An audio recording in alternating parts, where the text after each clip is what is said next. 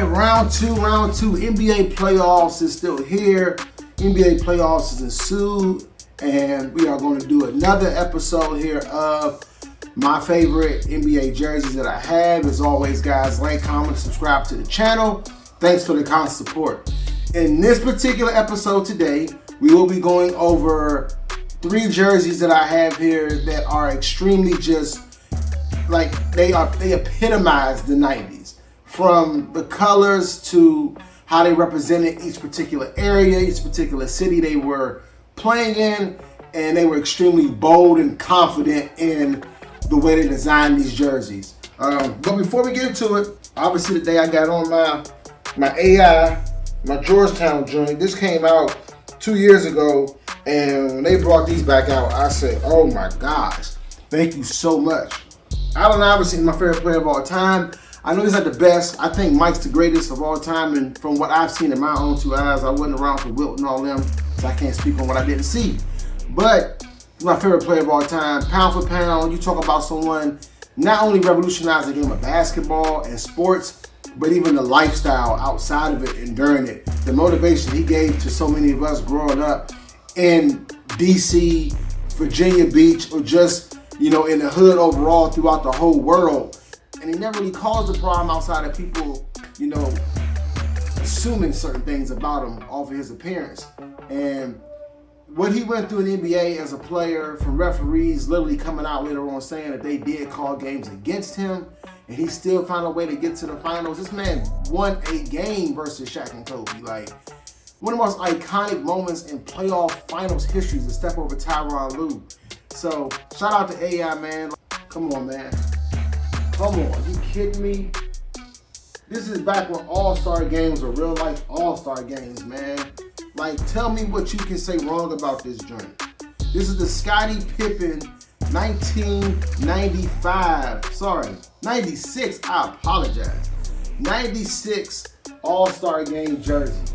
And when we talk about how these jerseys represent the particular cities and areas they were playing in, this All-Star game was, as you can tell from the colors, and you see that hot chili pepper, was played in San Antonio, Texas.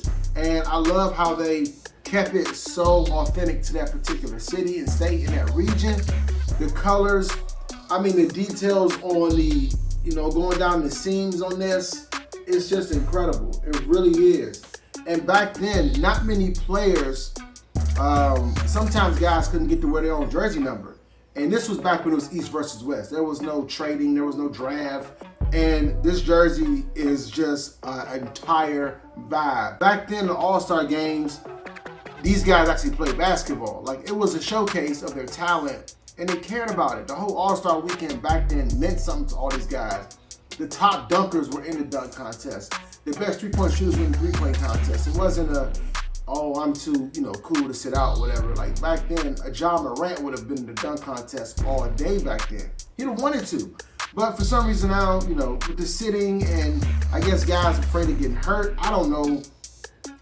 They trying to overthink it with the young flyers. I'm like, man, look, put these guys back in the dunk contest. Like, there's no reason, like, a Ben Simmons or LeBron and John Morant and Donovan Mitchell's should not have been in dunk contests years ago. Pippen, 1996 All-Star jersey joint, can't go wrong with it. Next up, we have the mailman. The mailman himself, Karl Malone. Shout out to Karl Malone. This jersey is so amazing. I love how it represents Utah with the mountains. And like I said again, man, they did such a good job back then of keeping the region so authentic on these actually jerseys. Obviously, this is a swingman as well too. But I just love how the colors on them, the schemes. I wish they would get back to wearing some of these jerseys like this. They try to make it a little, like, they try to modernize some of the old schools. And it's like, man, just go wear them. Just go wear the old school joint. Trust me, it's a good look. It's a good look. Now, Karl Malone, obviously, this one is a 96, 97. So this was the actual time when he did lose to Mike. One of the 3 times they lost to Mike. But Karl Malone, if it wasn't for Jordan, would have probably went down as the best power forward of all time, just being honest. I mean, him, Tim Duncan, and Charles Barkley Tim Duncan is underrated because he wasn't very flashy. Charles Barkley, obviously, he didn't win a championship, so we still hold that against him. Well, some people do. I never really did because he played in the era where Mike, it was just Mike, man, and it was difficult. It was just not an easy task. So he was one of the two of the tandem of him and John Stockton, who John Stockton, if I'm not mistaken, still is the all-time leading assist leader.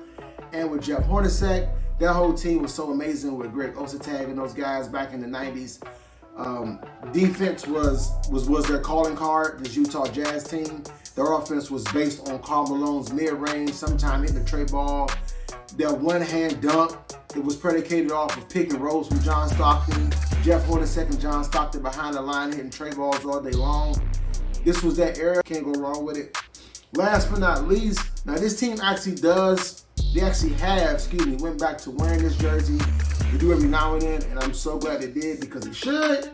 And this is the Kevin Johnson Phoenix Suns jersey. This is 96-97. Kevin Johnson was one of the three best players on that Phoenix Suns team with Charles Barkley, of course, Dan Marley. I mean, them role players on that team was ridiculous. Unfortunately, like Karl Malone, this was the same era in the same time, same year actually. They lost to the Chicago Bulls. I want to say it was 4-2.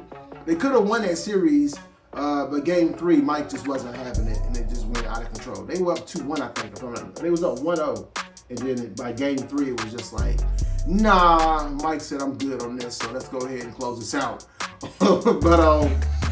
But yeah, man, Kevin Johnson, very underrated point guard for his time and now.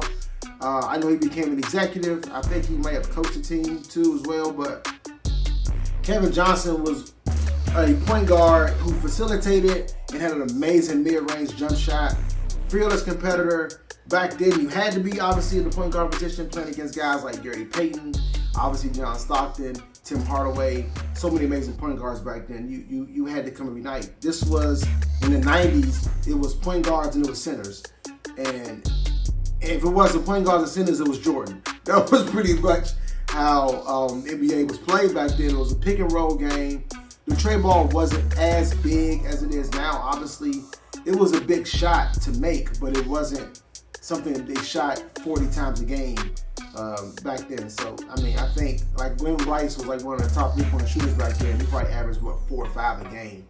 I mean, James Harden's getting 4 or 5 up a quarter. So, at any rate, so I have my All-Star Scottie Pippen, got my Utah Jazz Karl Malone, got the OG Kevin Johnson joint number 7. So these are 3 jerseys from that era that I just think are just super bold, super bright, super fun. And I'm glad the Phoenix Suns got back to wearing theirs. And I just wish other teams would kind of, get back to doing that. All-Star game need to get back to these for sure. Them blue, red things and standard, I don't know. They need to stop. They need to just go have fun. Like, I don't know if Jordan need to stop making the jerseys and get back to like Nike do it. I don't know. Even let Champion get back in. I don't know what y'all need to do, but the marketing scheme with these jerseys is looking a little sketchy. But anyway, episode 2. And thank you guys again. Like, comment, subscribe to the channel. And until the 3rd one and the last one installment of my favorite jerseys that I have, NBA playoffs. Till the next time, guys. Peace.